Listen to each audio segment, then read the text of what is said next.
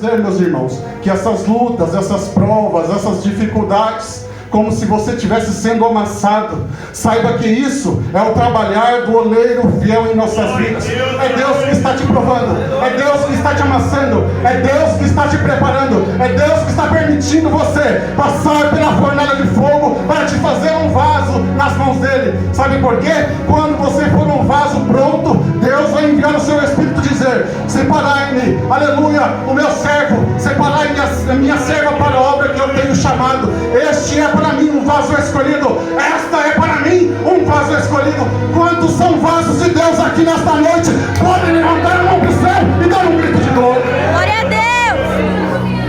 Para se preparar um vaso, são necessários 7 processos, da escolha do barro até o vaso pronto para ser usado para o Senhor.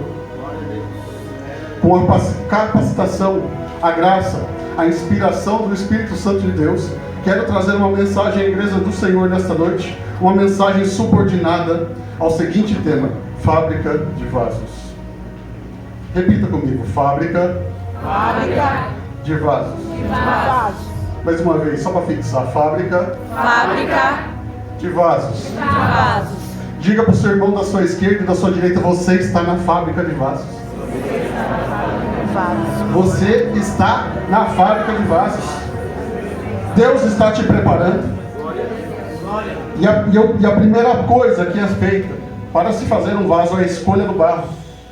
No mundo existem mais de 200 tipos de barro, mas só 8 tipos de barro servem para se fazer vaso.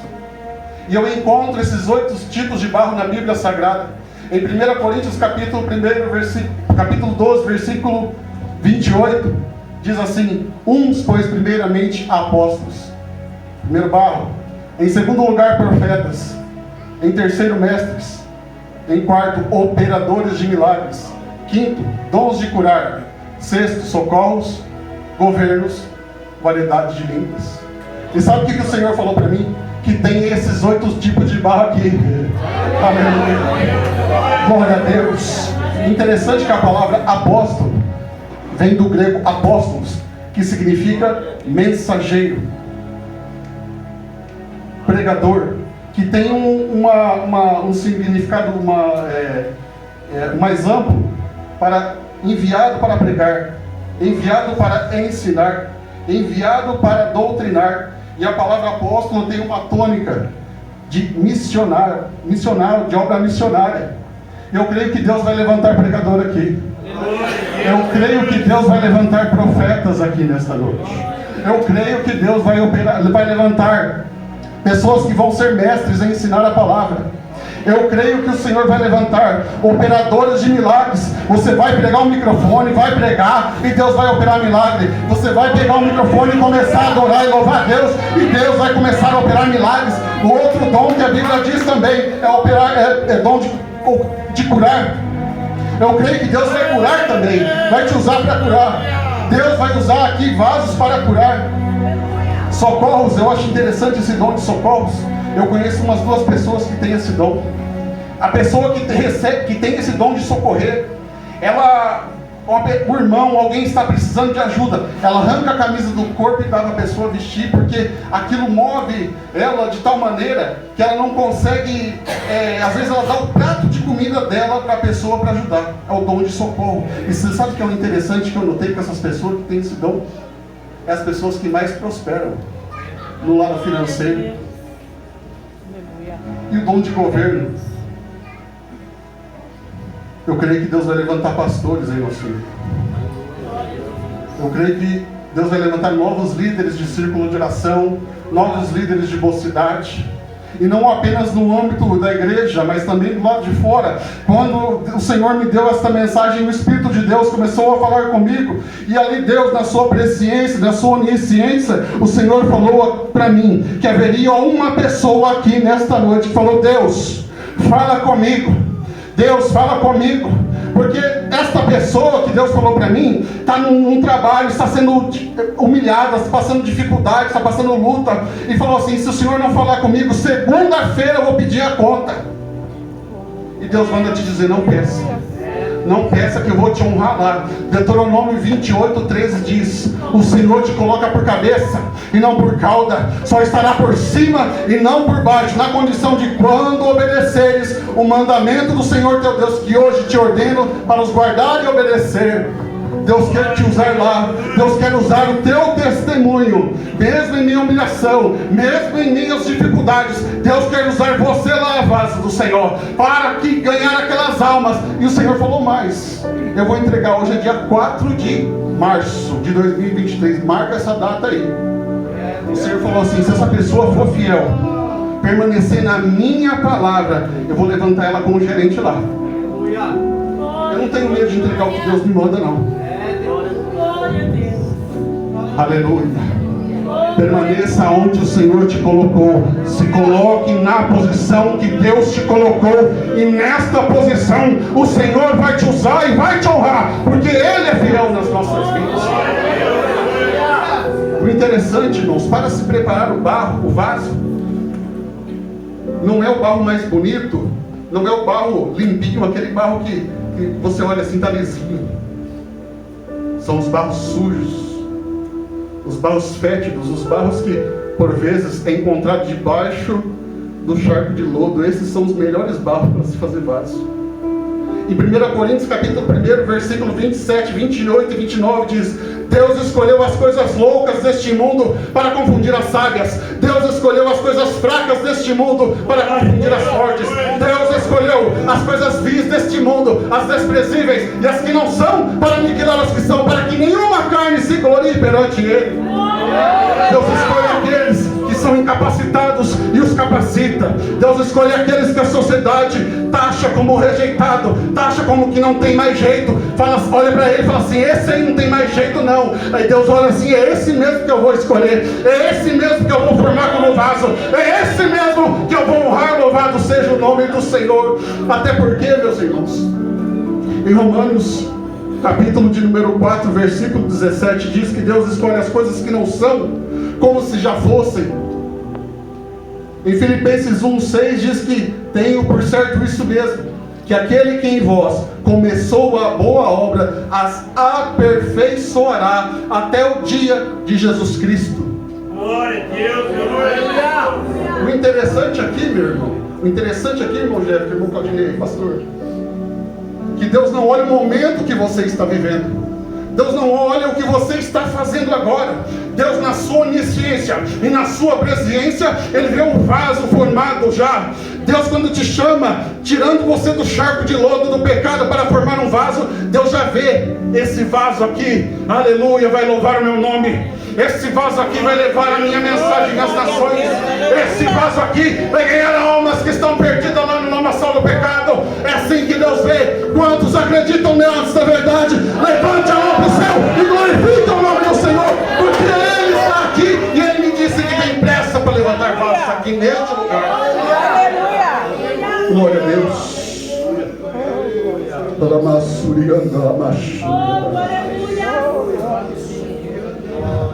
O segundo processo é o ponto couro. O oleiro pega o vaso, o barro, e limpa o barro. Ele limpa o barro e pisa no barro para tirar algumas bolhas de ar que tem no barro, para que o barro seja consistente, para que o barro tenha firmeza. Aleluia. O barro passa por uma limpeza e trazendo para o âmbito espiritual. O que o Deus falou para mim é a limpeza da palavra. Você vai ouvindo, a palavra de Deus vai te lavando. Você vai lendo a palavra de Deus, a palavra vai purificando o teu coração das necessidades que você tinha do mundo. Você vai ouvindo, lendo a palavra de Deus, e a palavra de Deus vai gerando fé no teu coração, e através da fé você quer se santificar. Quando eu e você aceitamos Jesus, nós saímos do mundo. Quando você se santifica, o mundo sai de você. O próprio Deus oleiro, Ele começa a pisar no barro para tirar o ar que tem no barro. Deus começa a pisar no barro para tirar tirar o nosso ar, a nossa jactância, o nosso achismo, o nosso eu, porque a Bíblia diz em João 3,30: é necessário que Ele cresça e eu diminua. Louvado seja o nome do Senhor. Glória a Deus. Aleluia. O terceiro processo é o ponto curtimento. O barro fica em repouso. Tem que ficar um certo tempo de descanso. Depois que o barro é pisado e é limpo, ele tem que ficar em descanso. Aleluia. Porque se o barro não for bem curtido, ele quebra, como lemos ali nessa passagem bíblica. Se o barro não for bem curtido, quando o oleiro for começar a formar o vaso se quebra. Isso são ministérios prematuros, fora do tempo de Deus. Quantos casos, eu não vou citar nome, mas quantos casos eu vi de famosos que se converteram, passou uma semana, virou pastor, porque era artista famoso, porque era vaso de ouro, era vaso de prata. Não era tempo ainda. E esses vasos acabou se quebrando, trazendo doutrinas que fogem da palavra de Deus, vasos que acabaram se quebrando, se desviando. O interessante que eu vejo aqui na Bíblia Sagrada, que o apóstolo Paulo, quando se converteu, ele teve uma breve explosão no seu ministério, mas depois ele teve que fugir escondido num cesto, e ficou 14 anos fazendo tenda.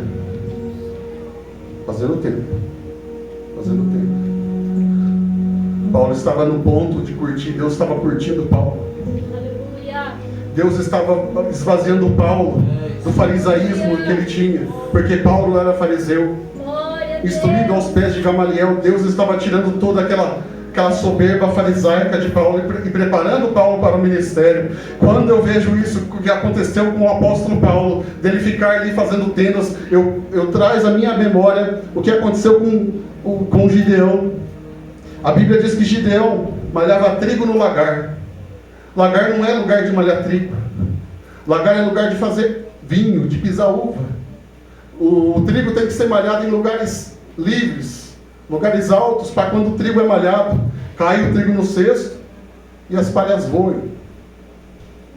Mas Gideão estava malhando ali trigo no lagar, no lugar escondido dos midianitas.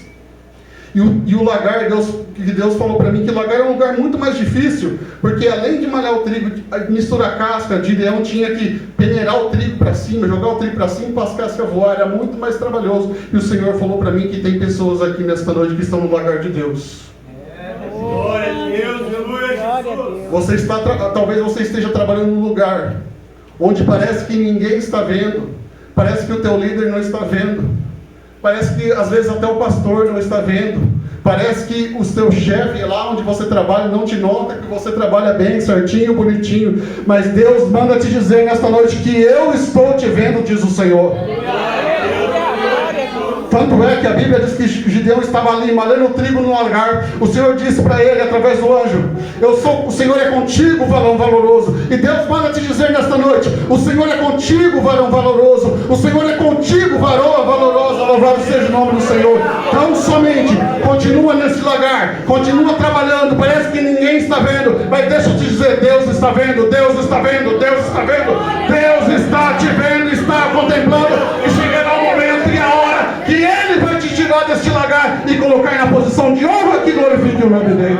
Quantos podem dar glória a Deus por esta verdade? Glória a Deus. Aleluia. Aleluia. Espera só mais um pouquinho. Aleluia.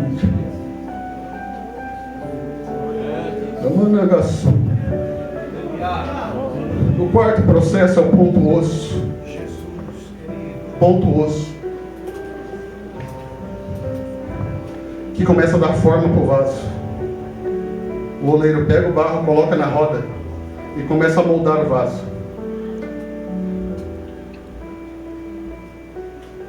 Moldar o vaso. Começa a dar forma para o vaso. O que o Senhor falou para mim no âmbito espiritual É quando você começa a ter as suas primeiras oportunidades. Glória a Deus, aleluia, Jesus. Você lê um versículo, a igreja sente a presença. Você dá uma saudação e Deus te usa. Você pega lá um playback, um louvor, e parece que o céu abre, a glória do Senhor se manifesta. Isso no início é Deus mostrando já, começando a mostrar qual é o teu chamado. Em Filipenses capítulo 2, versículo 13 diz: Deus é que opera em vós, tanto querer quanto efetuar, segundo a sua vontade. Aleluia. Sabe esse querer que está aí no teu coração?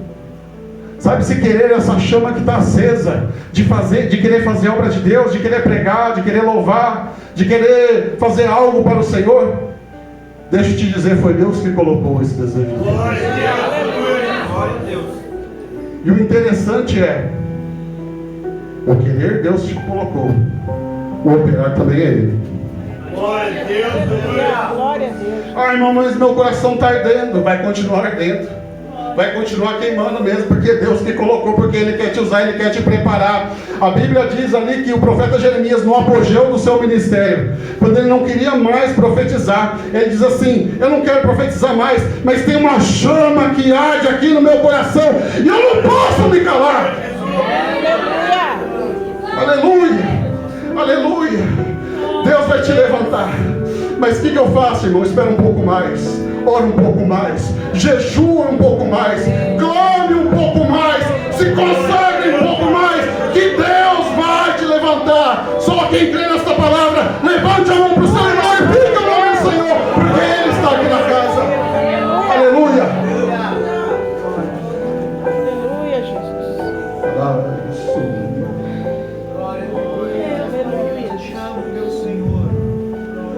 O quinto processo é o ponto prateleira.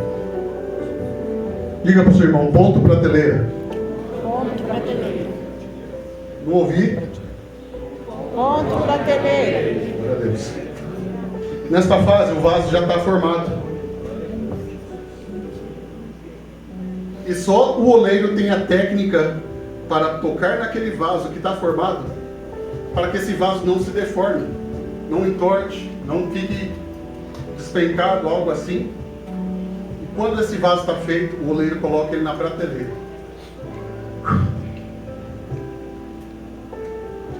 No âmbito espiritual que o Senhor falou para mim, porque você vê um vaso na prateleira, ainda que ele não esteja pronto, você está vendo o formato dele, você está vendo a espessura dele, o tamanho dele, a largura dele. Sim ou não? Sim. E tem pessoas aqui que estão no ponto prateleira. Parece que você não tem mais oportunidade para fazer nada, ninguém te chama para fazer nada. Você não tem, se você quer pregar, não tem oportunidade. Você quer louvar, não tem oportunidade. Você quer fazer algo para o Senhor e ninguém te chama. Os irmãos se reúnem e não chamam você, não lembram de você. Isso é Deus trabalhando. Aleluia. É o ponto prateleira. Esse é o ponto mais difícil. Porque Satanás vem e tenta você nessa fase. Sai da igreja. Quando você estava no mundo, você ia lá cantar lá, e as pessoas recebiam. Quando você estava no mundo, você ia na balada, tinha um monte de mulher lá para você. Satanás vem tentar, muda de igreja. Até isso ele fala. Lá, você vai ter mais oportunidade. Hebreus 10, 25. Não deixando a nossa congregação, como é costume de alguns, antes admoestando uns aos outros, até que se chegue aquele grande dia. E eu vou dar meu testemunho aqui que aconteceu comigo. Lá, eu me converti no Japão. E lá no Japão, eu preguei uma mensagem que Deus me usou de uma forma poderosa. Ali 11 pessoas aceitaram Jesus. Entre essas 11 tinha um judeu que chamava Mohammed, 2 japoneses, 2 americanos e outros brasileiros. E aquele dia, enquanto eu pregava, o Senhor batizou com o Espírito Santo, curou, fez coisas maravilhosas. Teve irmãos que teve visões e falou para mim das visões. Inclusive, irmãos, para honra e glória do Senhor, quando eu acabei de pregar, que eu desci do púlpito, um rapaz chegou em mim, se jogou de joelho no chão e chorando, ele era mudo e falou: vi, anjo, vi, anjo. Deus fez coisas tremendas aquele dia. Não me lembro de Deus ter feito de outra forma assim comigo. E depois disso, os irmãos chegou em mim: ó, pregador de Gideões, ó, o futuro pregador de Gideões aí. Falaram isso para mim, e eu deixei aquilo entrar no meu coração. Eu não vigiei. Eu deixei a soberba entrar no meu coração, e eu lembro que depois, bem depois dessa mensagem que eu preguei, o meu querido pastor me deixou eu de 3 meses no banco sem ter oportunidade de nada. Aí começou a gerar uma revolta no meu coração. E eu pensei assim: eu vou sair dessa igreja e vou para outro lugar. E no dia que eu falei isso, a irmã leu esse versículo: não deixando a nossa congregação, como é costume de alguns. Eu falei: é combinado com o pastor. E eu fui teimoso e saí da igreja, fui para outra igreja, fiquei um tempo lá. Só que antes de eu sair dessa igreja, um irmão lá, que é um homem de Deus, que hoje é um pastor lá, ele falou para mim: irmão Ricardo, Deus falou para mim que você vai sair da igreja, que você vai para o Brasil e você vai desviar. Eu dei risada da cara dele assim, ri, porque eu estava firme, né? Me achava o bambambam gospel, né? Vamos falar assim. E eu falei: aí eu desviar? Você tá doido? Vou desviar não. Aí eu vim para o Brasil. E quando eu vim para o Brasil, eu estava morando na cidade de São Paulo, ali na região de São Mateus. E a primeira coisa que eu fiz foi procurar a igreja. Sabe, eu comecei a procurar, não achava. Mas então uma Assembleia de Deus aqui perto, procurar, não achava. E depois que eu desviei, eu passando na rua de baixo, eu vi a igreja lá, Assembleia de Deus. E eu passava direto naquela rua e não tinha visto essa igreja. E essa igreja tinha anos lá, muitos anos lá. Aí eu lembrei da palavra que o homem de Deus deu para mim. Aí eu entrei na bebida, fiz muitas coisas erradas. Fiquei totalmente desviado aqui no Brasil, 5 anos desviado. E Deus começou a usar alguém para me ajudar, para voltar, um amigo meu hoje. Eu lembro que eu tive uma visão, a primeira visão que eu tive, que eu estava andando dentro de um esgoto. Sabe aqueles filmes, igual filme de americano, aquele esgoto grande? Quem já assistiu Tartaruga Ninja aqui? Não tem aquele esgoto grandão assim? E nesse sonho eu estava andando lá dentro. E conforme eu ia olhando para frente, estava cada vez mais escuro. Só que daí eu olhei para trás. E quando eu olhei para trás, eu vi uma luz entrando dentro daquele esgoto. Quando eu cheguei diante daquela luz, agora eu falei: agora eu saio desse esgoto. O Senhor falou para mim: filho meu, eis que te resgatarei com mão forte e far-te-ei um evangelista. Passado alguns meses, eu sonhei com a igreja, a Assembleia de Deus, a sede ali. Já estava voltando, morando em Cornélio. Eu sonhei que eu estava lá dentro e que eu estava agradecendo Jesus, chorando: muito obrigado por estar aqui, muito obrigado por estar aqui, muito obrigado por estar aqui. E para honra e glória do Senhor, hoje eu sirvo a Deus lá. Eu e minha casa servimos ao Senhor. Glória a Deus, glória a Jesus. Por isso, irmãos, em nome de Jesus, vaso que está na prateleira, espere no tempo de Deus. Aguarde no Kairos de Deus, no tempo de Deus, que é muito melhor. Não saia. Porque eu sofri, eu chorei tanto, eu sofri de tal maneira, irmãos, que ó, Deus sabe, eu cheguei a pedir para Deus me matar quando eu estava desviado. O tamanho de desespero que eu senti, que eu passei, eu cheguei a pedir para Deus me matar, porque veio rondou aquele desejo de morrer. Como eu conhecia a palavra, eu não me matei, porque eu conhecia a palavra. Então eu falei: não, Senhor, perdoa meus pecados e leva. Eu falei: Senhor, aí o Espírito de Deus sabe o que mais me doía. Às vezes eu bebia e eu ia para o quarto, irmãos, e Deus me dava mensagem. Aí eu chorava. Eu falava: Deus, me ajuda a voltar, me ajuda a voltar, me ajuda a voltar.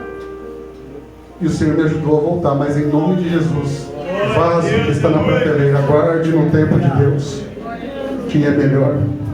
Aguarde no tempo do Senhor. Não saia porque é dor e sofrimento.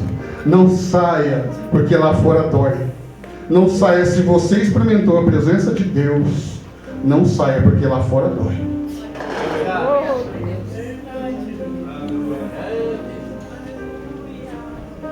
O sexto processo, aleluia, é o ponto calcário. Neste ponto o vaso recebe um banho de esmalte. Esse banho de esmalte fortalece o vaso e dá brilho e valor para o vaso. Fortalece o vaso para a próxima etapa. E o que o Senhor falou para mim, esse banho de esmalte, são as lutas, as bagagens espiritual que nós acumulamos ao decorrer do tempo que estamos servindo a Deus. É o banho que Deus nos dá com a ajuda, com a ação do Espírito Santo em nossas vidas, somado com uma bagagem de dor, de sofrimento, algumas coisas que nós passamos, para nós passarmos para o último processo. Está preparado para ouvir o último processo? Quantos querem ouvir um último processo? Aleluia. Aleluia. Ponto fornalha. Nesse processo, o oleiro coloca o vaso dentro da fornalha. O vaso assar, ficar forte, duro e queimar algumas impurezas que só saem pelo fogo. E depois de um tempo que o vaso está ali assando, o oleiro tira o vaso, e pega uma varinha e bate na boca do vaso. Se o vaso emitir um som xoxo, quando ele bate com a varinha na boca do vaso, o vaso volta para o forno, porque o vaso ainda não está pronto. Isso me faz lembrar sobre a vida de Jó. Jó, não obstante ter perdido a sua fazenda, não obstante ter perdido os seus bens, não obstante ter perdido seus filhos, não obstante a sua esposa ter se apostatado da fé, Jó, dentro de um buraco com cerca de 1,5 metro de fundura, cheio de cinza, com um pedaço de caco de telha na mão para se coçar, chegam os amigos de Jó com a varinha na mão, para bater na boca de Jó e dizer: Jó, certamente você pecou, Jó. Jó, alguma coisa errada você fez, Jó, por isso que você está desse jeito, desta maneira. Sabe qual foi a resposta de Jó para os amigos? Bem sei que o meu Redentor vive, e em breve se levantará sobre a terra. No capítulo de número 42, Jó responde para o Senhor: bem sei que tudo podes, e nenhum dos teus propósitos pode ser impedido. A Bíblia vai dizer que Deus muda o cativeiro de Jó, e tudo que Jó perdeu, Deus dá em dobro. Louvado seja o nome do Senhor, aleluia, glória a Deus. O interessante aqui, mas se o oleiro tirar o vaso e bater com a varinha na boca do vaso, e o vaso emitir um som como que de um cântico, como um som de uma música, o vaso está pronto, o vaso está pronto, o vaso está pronto, o vaso está pronto. Ei, você que está passando pela fornalha da aflição, você que está passando um momento de luta, de dor, de sofrimento, mas continua louvando a Deus, glorificando a Deus, vindo para a casa do Senhor. Deus manda te dizer: você está pronto, você está pronto, você está pronto, você está pronto, está pronto, está pronto, está pronto, está pronto. Em 2 Coríntios capítulo 4, versículo 7 diz que Deus coloca os seus tesouros em vasos de barro, para que a excelência do poder seja dele e não nossa. E a igreja se coloca de pé em nome de Jesus.